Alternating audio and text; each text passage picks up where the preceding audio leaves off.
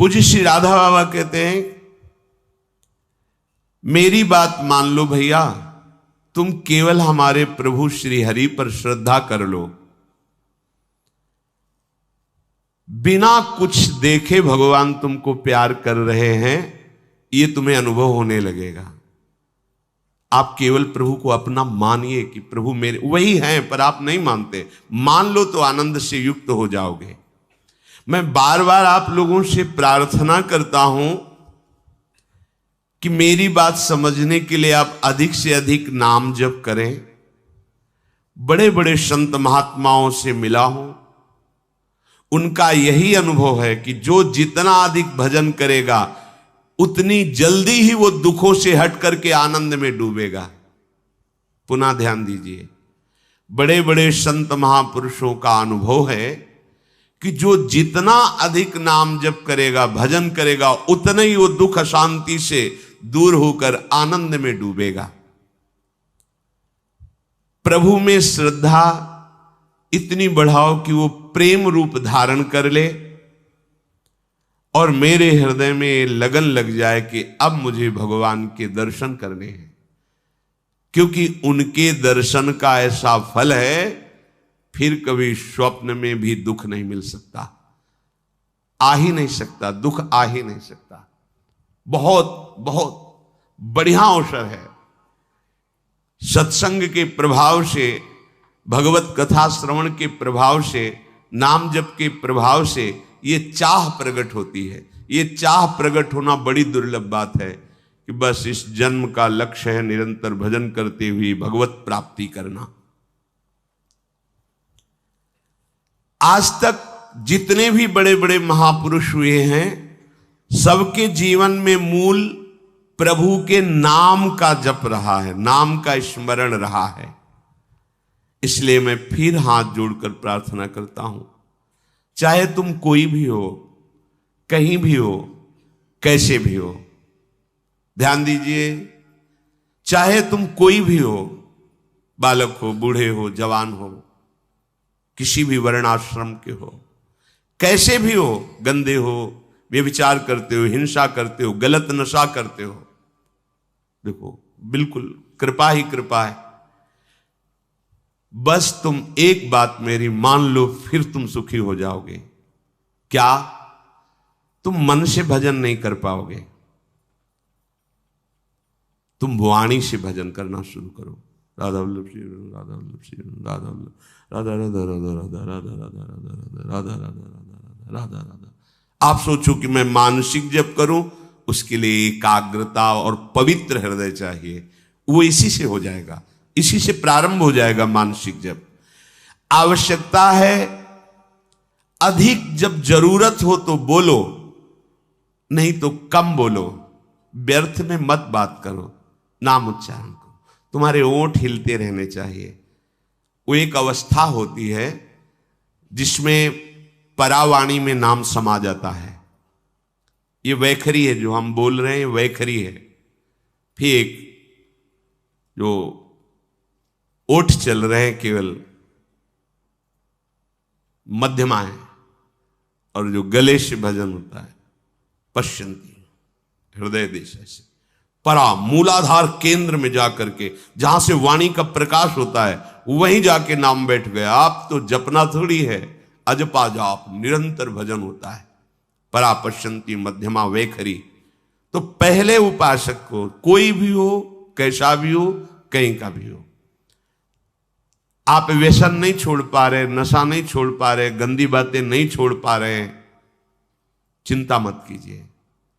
जब आप बलशाली होंगे तो अपने आप ये सब छोड़ देंगे। बल क्या? श्री हरिवंश नाम बल लहो, तो अपने मन भाई सब कहो। जितना तुम नाम जप करोगे उतने तुम्हें अध्यात्म शक्ति प्राप्त होगी, अध्यात्म बल प्राप्त होगा, और तुम जिस विषय को छोड़ना चाहोगे ऐसे छोड़ दोगे। जहां आप मन लगाना चाहोगे लगा सकते हो। आप देखिए, हृदय में देखिए, हम लोग इतने कमजोर हो चुके हैं। छोटे छोटे व्यसन, छोटी छोटी बातें, छोटी छोटी आदतें, ये हम नहीं छोड़ पा रहे। आज कसम खाते हैं, 4 दिन बाद फिर वही करने लगते हैं। तो तुम्हारी कसम में इतनी सामर्थ्य नहीं कि रोक ले। नाम में सामर्थ्य है। जितना नाम जप करोगे बुद्धि शुद्ध होगी, अध्यात्म बल बढ़ेगा और आप निर्विकार की तरफ बढ़ोगे, विकारों का त्याग कर सकते हो। जैसे जैसे अंतःकरण पवित्र होगा वैसे वैसे अपने आप आपके ये गंदी बातें छूटती चली जाएंगी और आपका प्रभु से प्रेम हो जाएगा। जब प्रभु से प्रेम हो जाता है तो प्रभु दूर नहीं रहते, हां बातें करते हैं। उपासक उनके साथ खेलता है, पर ये दूसरा नहीं जान सकता, वही जान सकता है जिसे जना दे, नहीं तो उसका एकांतिक खेल चलता रहता है प्रभु के साथ। छिन छिन रुदन करंत छिन गावत आनंद भरी, छिन छिन हार हसंत यह जो कृपा हरिवंश की। वो अपने प्रभु को लेके कभी हंस रहा है, कभी प्रभु को रिझाने के लिए गा रहा है, कभी नृत्य कर रहा है, कभी उसका भाव लगा तो चिल्ला चिल्ला के रो रहा है, कभी समाधिस्थ जैसा पूर्ण कृतकृत्यता का अनुभव किए हुए शांत बैठा है। ये भाव दशाएं आने लगती हैं। किनकी? जिनका नाम जप करते करते अंतःकरण पवित्र हो गया है।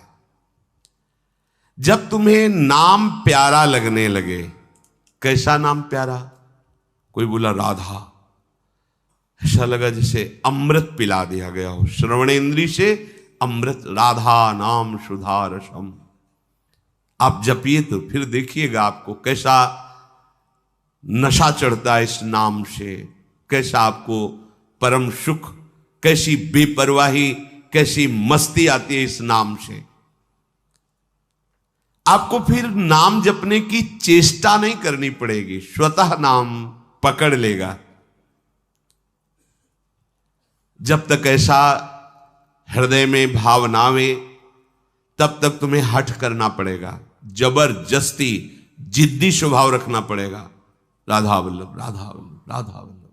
मन कह रहा है नहीं, ये देख लो, ये सुन लो, ये चख लो, ये छू लो, ये भोग लो, कुछ मैं सुनना, जिद्दी स्वभाव, राधा राधा राधा राधा। जैसे भी हो अधिक से अधिक आप अपनी जिह्वा से नाम जप करें।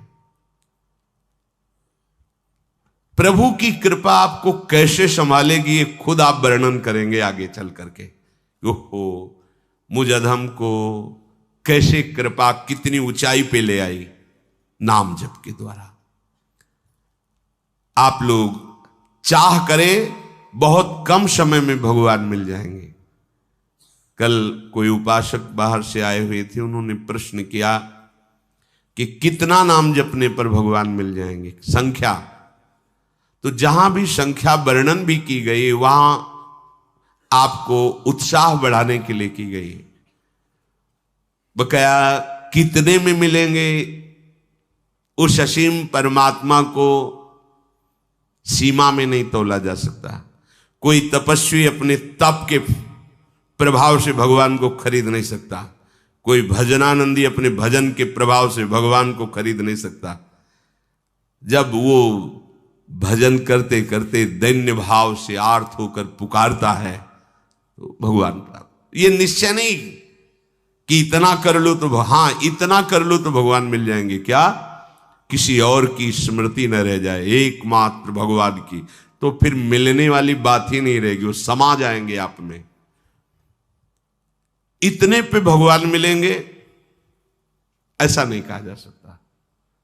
वो प्रोत्साहन के लिए कि आप ऐसा करो, 3.5 करोड़ नाम जप कर लो। आप ऐसा शास्त्रों में पढ़ा है।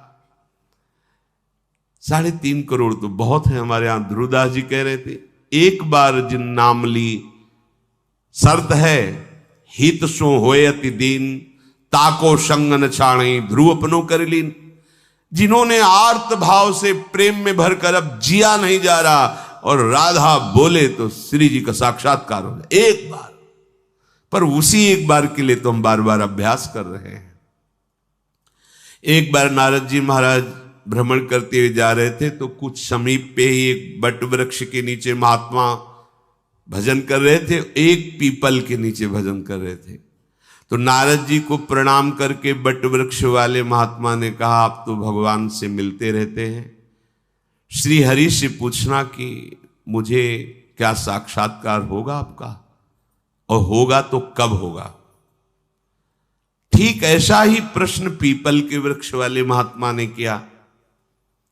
नारद जी ने भगवान से पूछा तो बट वृक्ष वाले के लिए तो भगवान ने कहा इसी जन्म में मिल जाऊंगा, और पीपल वृक्ष के नीचे जो भजन कर रहे थे बोले उनसे कह देना कि जितने पत्ते हैं इतने बार जन्म लेकर भजन करोगे तब तुम्हें हम मिलेंगे।